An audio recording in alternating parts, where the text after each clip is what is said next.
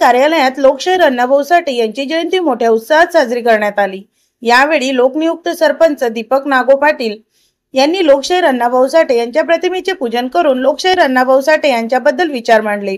तसेच माजी ग्रामपंचायत सदस्य राजू सोनवणे यांनी सुद्धा आपले विचार मांडले।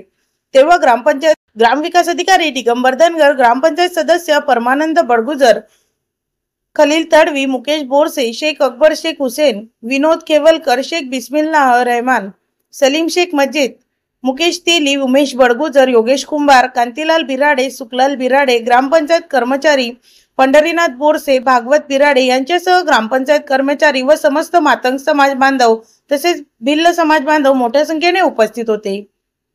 यावल प्रतिनिधी मिलिंद जंजाडे सोबत मी प्राजक्ता तायडे, दैनिक आलो बातमीदार, जळगाव।